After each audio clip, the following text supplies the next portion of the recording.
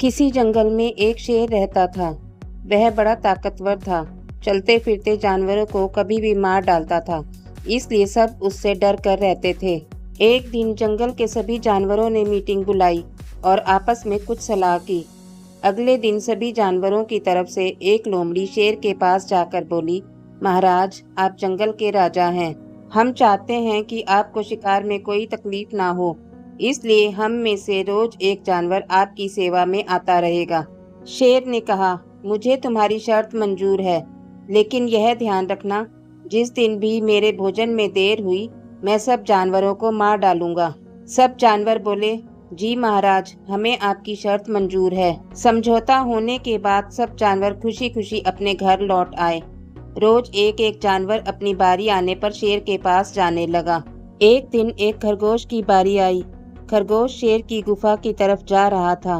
बीच में उसने एक कुआं देखा। उसने कुएं में झांक कर देखा। उसे एक तरकीब सूझी। खरगोश धीरे धीरे शेर के पास पहुंचा।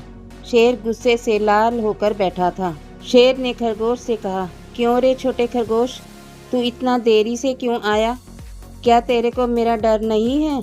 खरगोश बोला, महाराज, गुस्सा मत होइए, आप मुझे जो दंड देना चाहें दे दें, लेकिन पहले मेरी एक बात सुन लें। शेर गरज के बोला, बोल, क्या कहना है? खरगोश बोला, महाराज, मैं घर से तो ठीक समय से निकला था, परंतु रास्ते में एक दूसरा शेर मिल गया।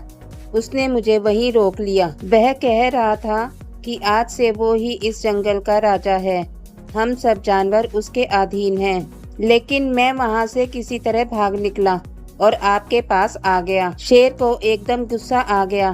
हुंकार भरते हुए बोला, अच्छा, उसकी यह हिम्मत, चल मेरे साथ, उसे मैं अभी ठीक करता हूँ। खरगोश रास्ता दिखाने के लिए शेर से आगे चलने लगा। वह शेर को उसी कुएं के पास ले गया।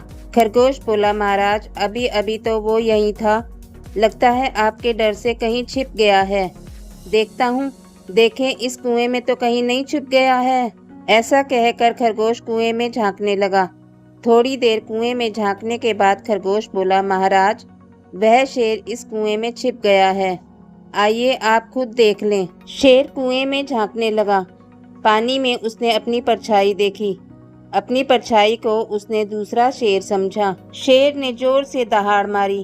कुएं में उसकी आवाज गूंज गई। उसे खुद की आवाज वापस सुनाई दी तो शेर को विश्वास हो गया कि वह दूसरे शेर की आवाज है। इसलिए वह गुस्से से अपनी परछाई की ओर कूद पड़ा और डूबकर मर गया। खरगोश खुश होकर घर लौटा।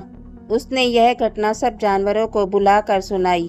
शेर के मरने की खबर सुनकर सब जानवर खुशी से नाचने कूदने लगे। सब ने मिलकर खरगोश को धन्यवाद किया। खरगोश ने सब जानवरों से कहा कि जो काम हम ताकत से नहीं कर सकते हैं, उसे हम दिमाग से पूरा कर सकते हैं। चाहे कैसी भी मुसीबत या परिस्थिति हो, हमें बुद्धिमानी और हिम्मत से काम लेना चाहिए। आपको हमारी ये कहानी कैसी लगी?